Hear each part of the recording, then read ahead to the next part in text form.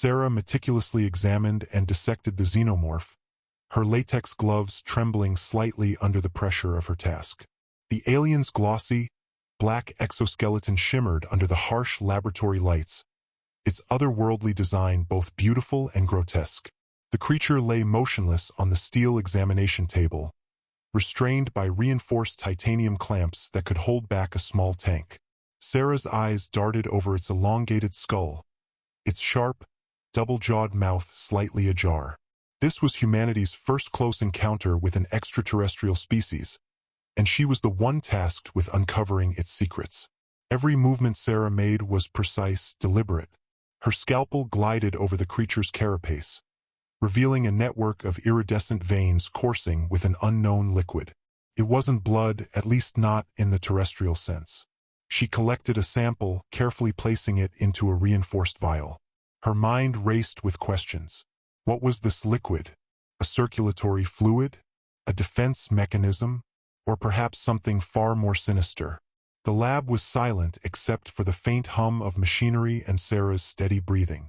A dozen cameras mounted on the walls recorded every second of her work, streaming the footage to a secure facility deep within the government's classified research division.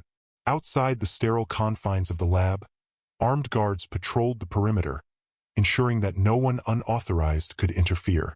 Sara paused for a moment, her gaze falling on the xenomorph's long, whip-like tail. It was barbed at the end, a natural weapon designed for swift and deadly strikes.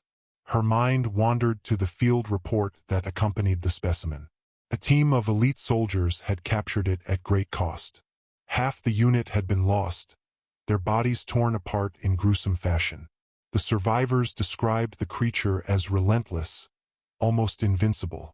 Yet here it was, subdued and at her mercy. It was a humbling and terrifying thought. With a deep breath, Sara resumed her work. She directed a small laser scalpel to the creature's chest, cutting away a portion of the exoskeleton to expose what lay beneath. To her astonishment, she found no organs, at least none that resembled anything she had seen before. Instead, there was a pulsating, gelatinous mass that seemed to shift and change as she observed it. It emitted a faint, rhythmic glow, almost as if it were alive in its own right. Sara leaned in closer, her curiosity overpowering her fear. What kind of being was this?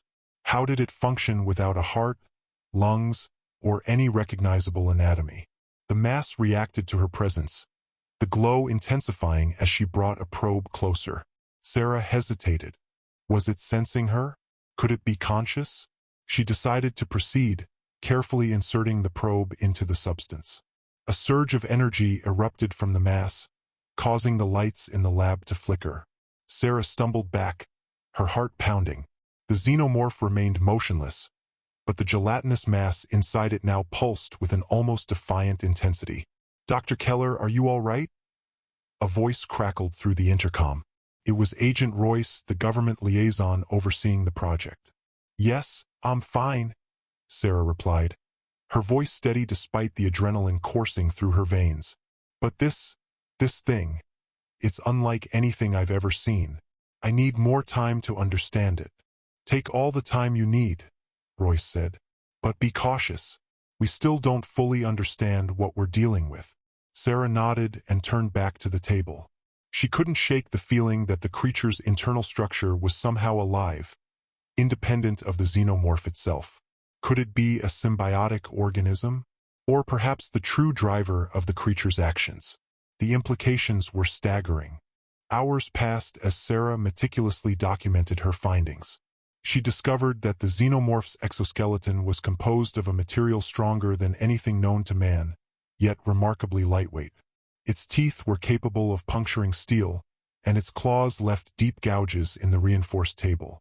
But it was the gelatinous mass that held her fascination. She ran a battery of tests, each yielding more questions than answers. At one point, she decided to analyze the liquid she had collected earlier. Under the microscope, it appeared to be teeming with microscopic organisms, each moving with purpose and precision. They were unlike any known life forms, their structure defying classification. Sara theorized that these microorganisms could be the key to the xenomorph's incredible resilience and adaptability. But how could she be sure? She needed more data. As she worked, Sara couldn't help but feel a growing sense of unease. The Xenomorph, though restrained and seemingly lifeless, exuded an aura of menace. It was as if the creature were watching her, waiting for the perfect moment to strike. She shook off the thought, reminding herself that it was securely contained. Yet the nagging feeling persisted. Suddenly, the lab's lights flickered again, plunging the room into brief darkness. When they came back on, Sara froze. The Xenomorph's head had turned ever so slightly, its eyeless face now angled toward her. She stared at it, her mind racing. Had she imagined it? Was it some kind of involuntary muscle spasm?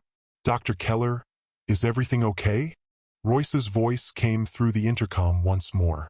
The subject moved, Sara said, her voice barely above a whisper. I'm not sure how, but it moved. That's impossible, Royce replied. The restraints are secure, and its vitals have been flatlined since arrival. I know what I saw, Sara insisted. Something is happening. We'll send a team to check the restraints, Royce said. In the meantime, proceed with caution. Sara nodded, her eyes never leaving the creature.